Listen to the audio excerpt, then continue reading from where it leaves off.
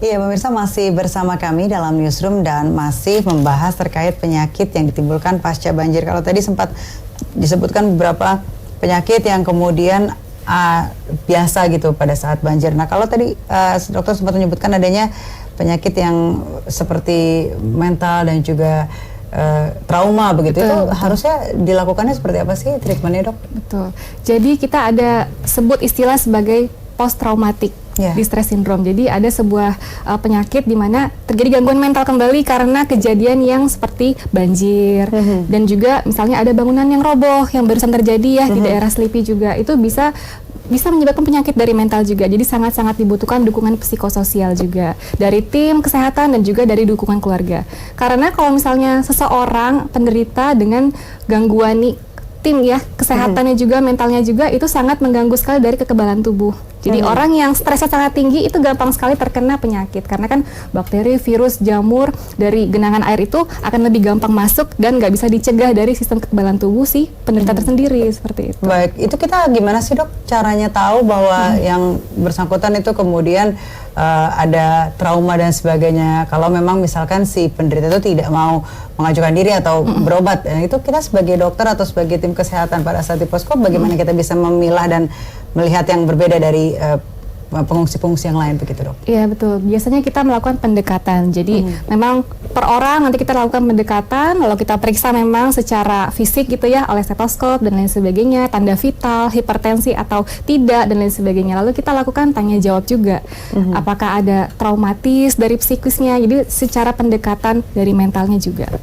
Baik, dok, yang sudah dijalani sampai saat ini begitu dari tim-tim kesehatan itu pada saat banjir melanda itu seperti apa aja sih, dok, kegiatan-kegiatannya? Kegiatannya yang pertama memang kita kan lakukan pendekatan dulu, kemudian kita survei, kita lihat apakah ketersediaan air, pangan, obat-obatannya sudah mencukupi. Kalau tidak, kita koordinasi dengan pusat, lalu kita berikan lagi dan sebisa mungkin harus merata distribusinya. Setelah itu kita tinjau lagi apakah daerah lingkungannya sanitasi sudah baik. Kalau misalnya belum, kita lakukan lagi gotong royong untuk pembersihan bersama tim-tim yang lain. Jadi benar-benar harus disurvei sampai ke pedesaan, semua tepi-tepi harus kita perhatikan juga.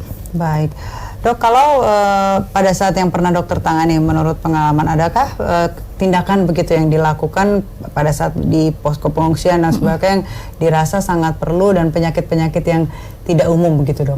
Atau hanya penyakit-penyakit biasa pasca banjir begitu, dok? Tindakan-tindakan ada juga. Jadi biasanya misalnya karena ada bangunan yang tidak kuat jadinya roboh, bisa terdapat luka gitu ya, robek, bisa jadi saat di lokasi kita langsung melakukan penjahitan tapi dengan sterilisasi dengan alat-alat tertentu. Bahkan ada juga yang paling sering karena daerahnya tropis lembab gitu ya dan banyak seperti tikus tadi ya, anjing dan juga monyet bisa juga lewat urin itu bisa bercampur dengan genangan air banjir. Jadi gampang sekali nih ciri-cirinya, misalnya terkena penyakit tadi ya akibat urin yang mengandung bakteri leptospira tadi, jadi leptospirosis. Contohnya nanti akan mual, muntah, demamnya sampai menggigil, kemudian diare, bahkan dalam hal yang sangat-sangat berat itu ya dia bisa jadi kuning.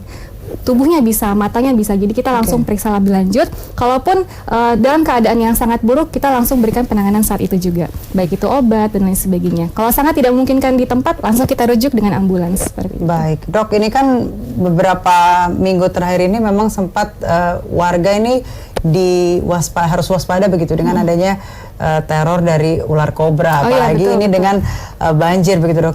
Hal-hal apa aja sih, dok, yang kemudian ketika atau kalau belum harusnya seperti apa, tapi kalau memang sudah terkena gigitan tanpa sengaja apalagi pada saat banjir, apa hal yang harus dilakukan? Jadi memang sekarang seiring dengan cuaca ya, curah hujan yang sangat tinggi sampai bulan Maret ya dari BMKG, memang ular itu lagi banyak-banyaknya menetas, berkembang biak seperti itu. Jadi kita sebagai masyarakat Indonesia juga yang paling pertama jangan panik dulu.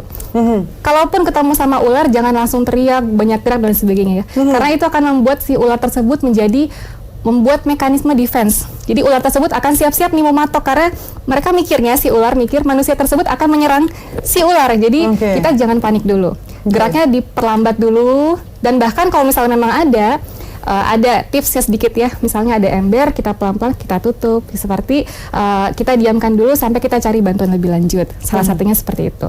Tapi kalau misalnya sudah terlanjur dipatok gitu ya tangannya gitu, Jangan pertama sekali adalah jangan terlalu banyak gerak karena itu akan sangat memudahkan aliran si bisa tadi ya ke jantung, ke mana-mana. Kalau jantung sudah kena akan ke otak dan lain sebagainya.